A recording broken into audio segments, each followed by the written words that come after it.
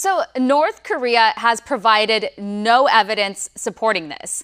And this is really just another extravagant fiction story from the crazy dictator.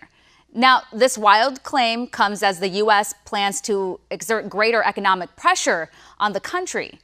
Joining me now, the founder of the American Truth Project, Barry Nussbaum. Barry, the House just passed a bill to impose new sanctions on North Korea. Do you really think this is going to make a difference?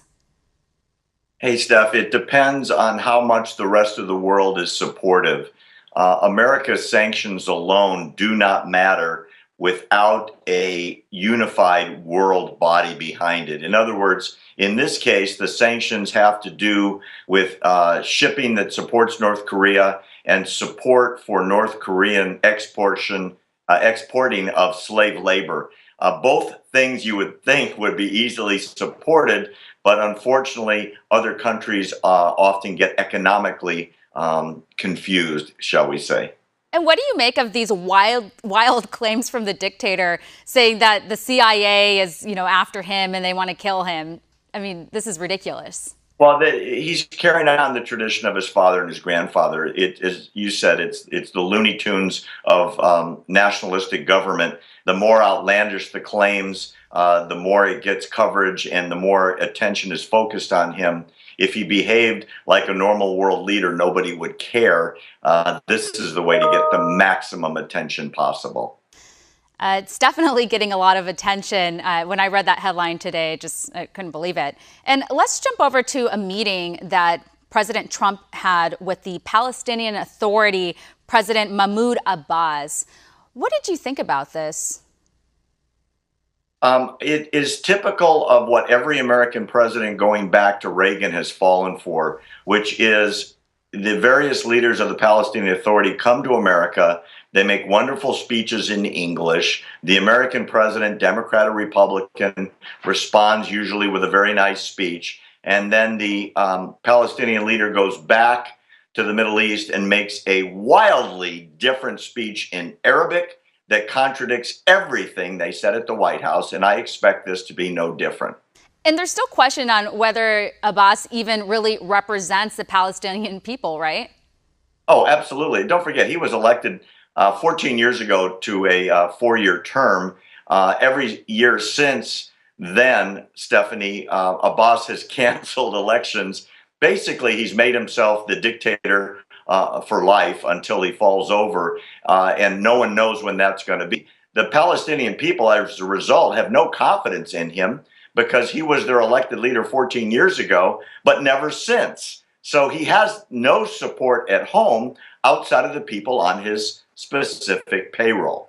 And I want to go back to an interesting comment that you said that Abbas comes to the U.S. and, we hear these speeches in English and they sound really nice and very positive and very great.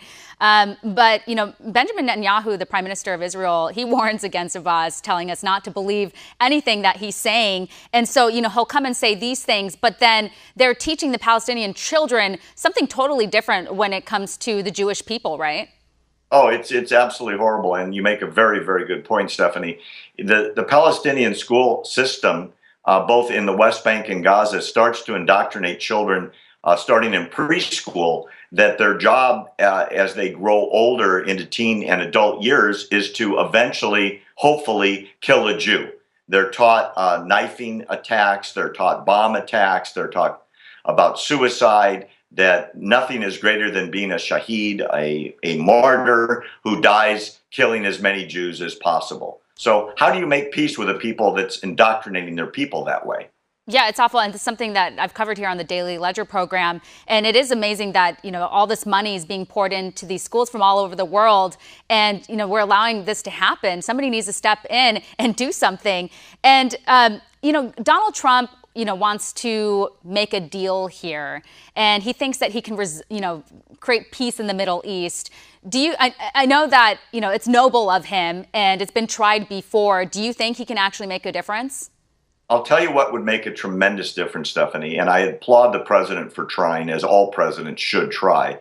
If Donald Trump is successful on what he said, which he's the first president to say this, and he said it to Abbas at the White House, stop paying the families of suicide bombers who have been killed killing Israelis, and stop paying the Palestinians who are in jail for murdering Israelis. The biggest part of the Palestinian budget, Stephanie, goes to support terrorism. It's in the law in the Palestinian territory, meaning it's a requirement to pay these people. Donald Trump looked at Abbas and said, stop paying terrorists to kill Israelis.